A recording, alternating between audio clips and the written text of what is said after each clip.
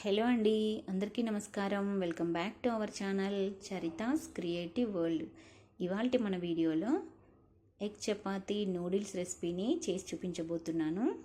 జనరల్గా పిల్లలకి లంచ్ బాక్స్లో రైసు కర్రీ, చపాతీ కర్రీ ఇలా పెట్టిస్తూ ఉంటారు కదా.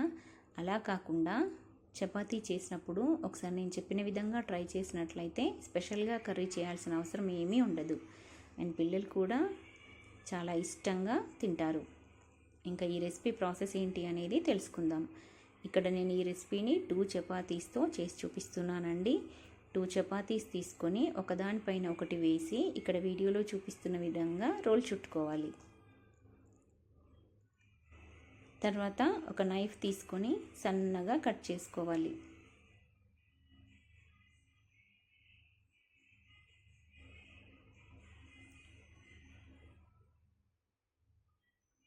ఇలా కట్ చేయడం వలన మనకు చపాతీ నూడిల్స్ ప్రిపేర్ అవుతాయి.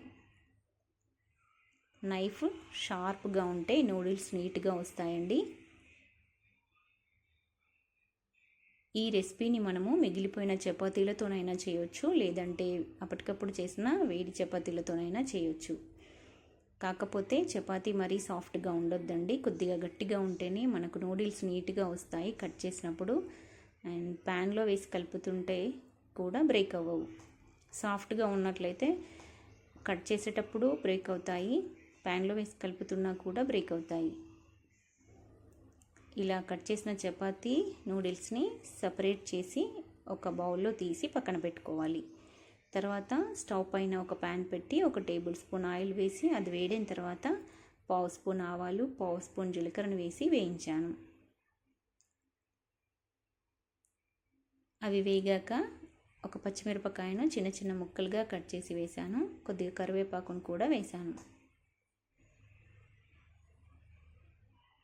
ఇప్పుడు ఈ 2 వేగిపోయిన తర్వాత ఒక ఆనియన్ని సన్నగా తరిగి వేస్తున్నాను. మిశ్రమాన్ని ఒకసారి కలుపుకొని ఆనియన్ని మగ్గించుకోవాలి.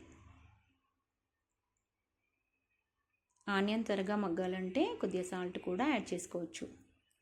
తర్వాత ఒక చిన్న టమాటాను చిన్న చిన్న ముక్కలుగా కట్ చేసి మిశ్రమాన్ని మళ్ళీ ఒకసారి కలిపి క్యాప్ పెట్టి టమాటాను మగ్గించుకోవాలి. క్యాప్ పెట్టి టమాటాను మగ్గించడం వల్ల టమాటా త్వరగా మగ్గుతుంది. అందులో ఉండే వాటర్ క్వాంటిటీ పూర్తిగా డ్రై అవ్వకుండా కొద్దిగా తడి తడిగా ఉంటుంది. అలా ఉండడం వల్ల మనం చపాతీకి ఉప్పు, కారం, ఎగ్ ఫ్లేవర్స్ అన్నీ బాగా పట్టుకుంటాయి. ఇలా మగ్గిపోయిన టమాటా మిశ్రమంలో 1/2 స్పూన్ కారం, 1/2 స్పూన్ ఉప్పు, 1/2 స్పూన్ గరం మసాలా, 1/2 స్పూన్ పసుపును వేసి మిశ్రమాన్ని కలుపుకుంటున్నాను.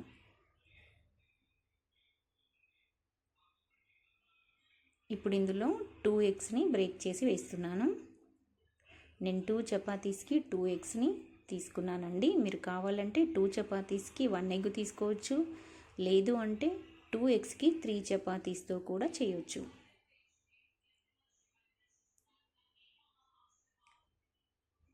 ఇలా ఎగ్స్ వేసిన వెంటనే మిశ్రమాన్ని అంతటిని కలపొద్దండి.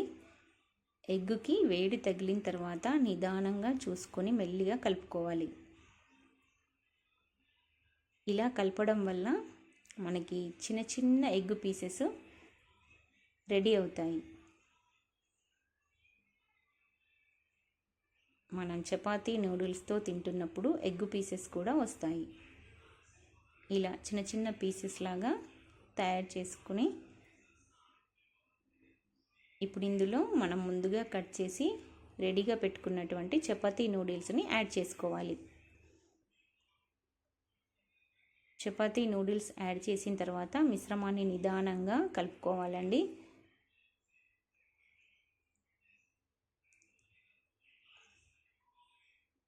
అప్పుడే మనకు చపాతీ నూడిల్స్ లాగా కనబడుతుంది రెసిపీ, లేదంటే చిన్న చిన్న ముక్కలుగా కట్ అయిపోతుంది.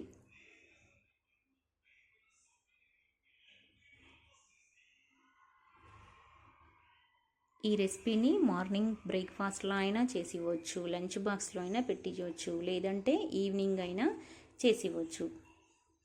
పిల్లలే కాదండి, పెద్దవాళ్ళు కూడా తినొచ్చు. ఇలా మిశ్రమాన్ని బాగా కలుపుకున్న తర్వాత క్యాప్ పెట్టి ఒక 1 మినిట్ వరకు ఉంచుకోవాలి. అప్పుడు ఉప్పు, కారం, ఎగ్ అన్ని ఫ్లేవర్స్ చపాతీకి బాగా పట్టుకుంటాయి. అంతేనండి, tasty egg chapati noodles ready. తప్పకుండా ఒకసారి నేను చెప్పిన విధంగా ట్రై చేసి చూడండి. పిల్లలు చాలా ఇష్టంగా తింటారు, పెద్దవాళ్ళు కూడా తినొచ్చు.